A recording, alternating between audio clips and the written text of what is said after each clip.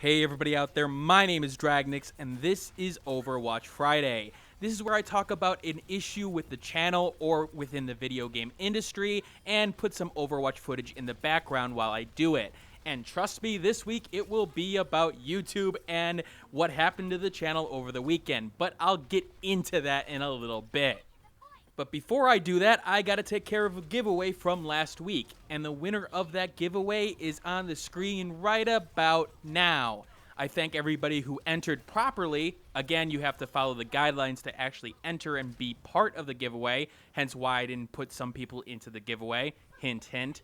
But you have another chance for this week. This week, I think I'm gonna give away a copy of The Darkness 2, because that's what I feel about YouTube right now.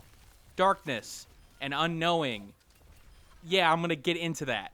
Again, the two ways that you enter. One, you leave a comment in the comment section below for a question that I pose to you, which will be at the end of the video this time, because I sort of need to explain what's going on. And two, you have to be a subscriber to the channel. Alright, the YouTube suspension. Where do I begin? Well, let's start with what happened. On Sunday, I woke up ready to do some more content. I had a lot planned for this week. I had things like the Livelock review, the Final Station review. I got Hatsume Miku Project D.Va X in the mail on Tuesday, and I was planning on getting that review done this week. But let's just say things got off to a rough start, and I had to put a little bit more focus on the channel itself because I woke up to this email. Apparently, one of my videos had specifically violated the community guidelines regarding YouTube. Specifically, my Checkout Tech Raptor for my Adventures of Pip video review. Now, it got 46 views at the time which this is marked. It was over a year old at that point, but for some reason, it was marked as spam at this point. Okay, a community guideline strike. You get 3 strikes and then your account is disabled, right? Not when it comes to spam. See, when it comes to things like misleading metadata, scam, spam, and stuff like that, it only takes 1 strike to take out your account for a period of time, and that's what happened to me. Now, I know I didn't spam the video in question, especially a year-old video. Hell, I'm not even sure what it would refer to as spam in the case of this video. Was it the fact that I linked it somewhere at some point? Maybe somebody else linked it? Well, it wasn't that simple because, well, they didn't tell me exactly what the situation was. All I knew was that my account was disabled at this point, and I was sort of pissed, so I tried to get some answers. Now, the first thing I had to do was I had to put in a support ticket, and luckily the support people actually got back to me within 24 hours, which is nice, although it took the full 24 hours for them to say something to me. This is what I got from YouTube Partner Support. I had apparently violated the YouTube community guidelines, specifically Terms of Use number 4, Section H.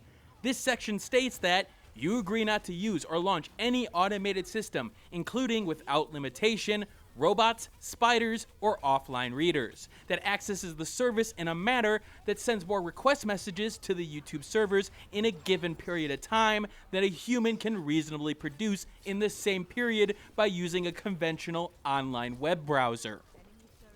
Now, some of you are wondering what that means. Well, let me give a practical example in terms of what I'm talking about. Let's go to the library and check out a book. Now, I can go check out a book myself, and I can make 1 request of the library to check out a specific book. There's 1 resource there, but we know that with YouTube, a lot of people can connect to the same video at once. So it's like multiple people getting multiple copies of the same book. But here's the thing. There's a certain amount of time it takes for a person to reasonably request a book from the library, and the same thing with a web service. If there are too many people requesting it at once, something seems wrong, and in particular, may seem like it's being faked. Now, at this point, the YouTube support lady that I was working with indicated that, hey, I had to make a policy appeal on another part of the site, which I did immediately. Now, this portion took 2 to 3 days in order for it to get resolved, but this is where things started to get a little bit crazy on my side. See, I know some of the technical portions in terms of the bots in question, and what really scared me about this situation was, how do I prove it's not me? The thing is that I could have bought a bot and actually inflated my view counts.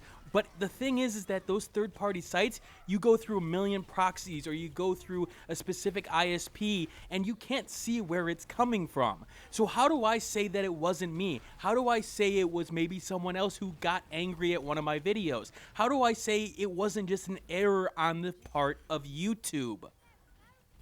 That's what really scared me, and the lack of communication from YouTube didn't help the situation. I had no idea if I could provide information and make sure that, hey, do you need my IP address? Do you need my information about where I am located in the US, so on and so forth, so that they could make a determination of, does it make sense for the traffic that is coming from, this specific IP, so on and so forth. Now, you can fake all that stuff, but I had no idea of exactly what I could do to help the process along, and they weren't communicating. So for 2 to 3 days, I lost entire access to my channel. I couldn't even download the videos that I had originally put up on the channel, meaning I could have lost all that work for those 2 years. Finally, I get this email saying that I was unsuspended from the service and that I didn't break the guidelines, which was a little bit of a relief, but also a little bit more stress, because they didn't indicate exactly why I was unbanned. Now, you may think to yourself, well, you didn't do it. Well, yes, of course, but how did they know, and how exactly did they come to that conclusion?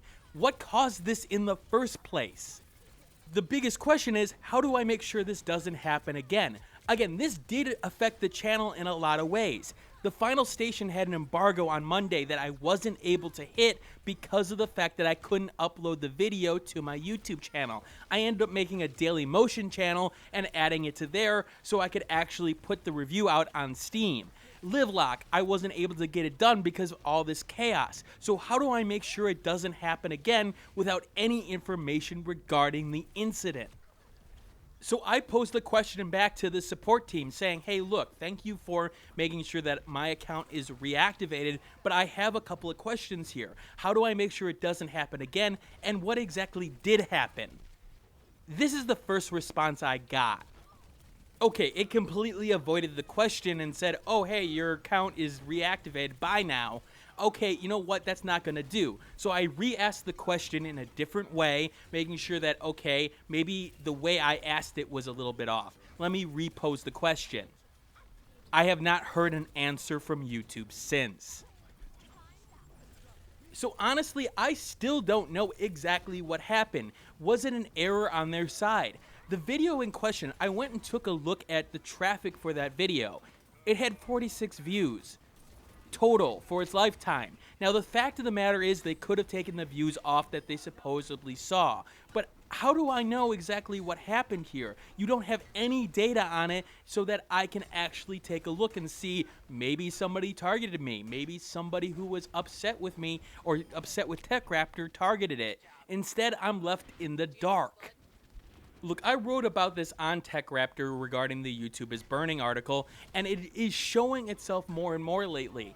The whole situation regarding the advertising and the demonetization of certain videos over the last several days from people like Phil DeFranco, Boogie2988, it shows me something clearly. YouTube has not done anything to fix their communication problems.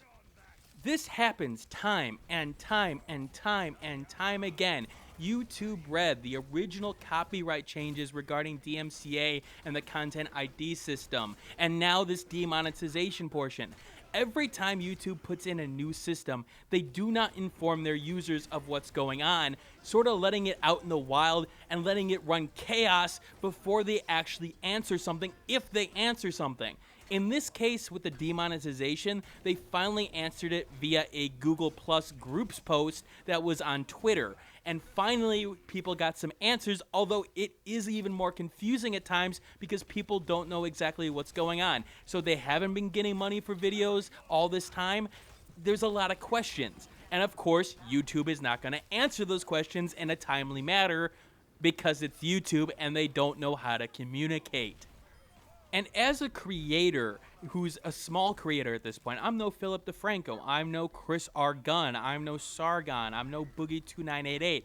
I'm a smaller guy who's trying to make it and is probably going to have to take a second job in order to keep this channel going right now. The Patreon only brings in, $75 a month, and the advertising, guys, the advertising brings in like $15 or $20 a month. The advertising on these kinds of videos with 1,000 views or even 2,000 views, that's maybe $1 or $2 in terms of the channel, so it's not going to keep it going. But the thing is that in this incident in question regarding my channel, I sat there going, why should I make content at this point if it can be pulled down at any point? I mean, I want to make the content for you guys, but the thing is that if I can't make it on YouTube, yeah, I can put it on Dailymotion, I can put it on the Patreon, but YouTube is where a lot of people's eyes are in terms of reviews for video portions. And so giving that person who is just looking it up via Google, looking up via the YouTube search, they're going to see my video review of a game that maybe other places haven't covered, things like Conception 2, the PC port, and maybe he can get the information he needs for a game that he ends up loving. But if they can't see it because of some small little item that apparently wasn't actually existing in terms of the channel that caused me to be suspended for 3 weeks, 3 days, then what's the point? I have no control over it. And with my control issues that I have indicated on the channel time and time again, that's a no-win situation. I can do nothing to help myself at that point. I can't provide information. I can't provide, proof that I didn't do it. I'm helpless at the state of YouTube, and YouTube doesn't seem to care even about their bigger creators like Philip DeFranco. Now, people are going to counter that with, well, YouTube needs to make money, and they've got so many creators to deal with. And that's true. There are a lot of creators out there, and a small channel like myself doesn't necessarily bring in a lot of revenue. But the channel starts somewhere. And even for those bigger creators like The Completionist, who have indicated that they don't know what YouTube is doing, and they have lost a lot of passion for it because, hey, things could change tomorrow and they could be screwed. Now, I know the communication wouldn't solve all the problems, but the thing is, a little communication goes a long way, indicating to your customer base that, yeah, we are listening to you, and we're going to do something about it. You have no idea how far that goes in terms of customer service. Just the fact that you're listening gives you some good benefits. And the same thing goes with employees. Employees who hear from their bosses, yes, that they're listening and actually do something about it, they're going to be a little bit more willing to work, willing to go through these ups and downs with YouTube. And the thing with YouTube is they haven't gotten a good base in terms of some of the stuff that they put in. Yes, of course I understand why they had to put the DMCA's content ID system in place. But with their lack of information regarding it, all they've done is anger their creators. Now, am I still trying to get answers from the YouTube in terms of what happened with my channel? Yes, I'm still going to push them for it, and I'm going to keep on pushing until I get an answer. If you know me in terms of my interactions on Twitter, for example, you know that I can be a little bit of a bulldog when it comes to getting answers from people. Ed Boon's situation, the whole Pro Syndicate, me bringing it up over and over and over and over again. Yeah, I can be a little bit stubborn, and especially when it comes to my livelihood, yeah, I'm going to be stubborn on it. So I'm going to do my best to get answers, but I don't expect them at this point because YouTube is so broken right now. When I wrote that YouTube is burning, I wasn't kidding. YouTube is burning.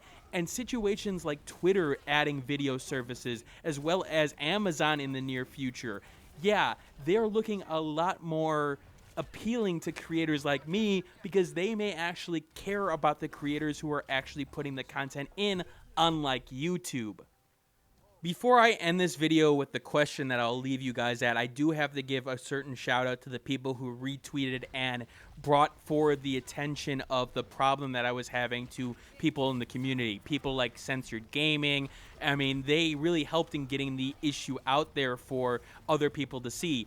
Did that help at all? I don't know. But I like to think that it did, and I do really appreciate the support of people, especially those who are fans of the channel and said, this is not right. This is not right that, my channel went down for a situation that was completely out of my control. So again, I really thank you guys for that. I thank everyone who was involved for that, and it really does reinvigorate me in terms of trying to create content, even with the whole YouTube situation as a whole bringing me down. As for the question this week, what do you think YouTube needs to do and focus on in terms of fixing their service? Obviously, you guys know the answer from my side being communication, but do you think they need to do other things, DMCA, the whole, monetization thing? What exactly do you think needs to happen in terms of YouTube fixing their problems? Let me know in the comments section below. Anyway, that's it for this week.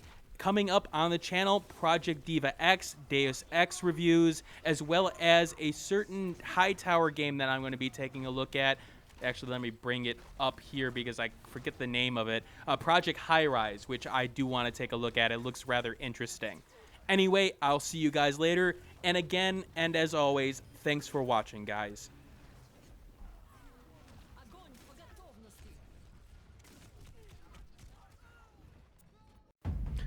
Thanks for watching. Like the video, share it with a friend, and subscribe if you want more content like this. In the description below, you'll find the Steam review accompanying this vid, along with social media that you can follow me on, Twitter, Google+, and Facebook groups. And if you want to support the channel, click that Patreon on the left of the screen. And remember, keep on gaming.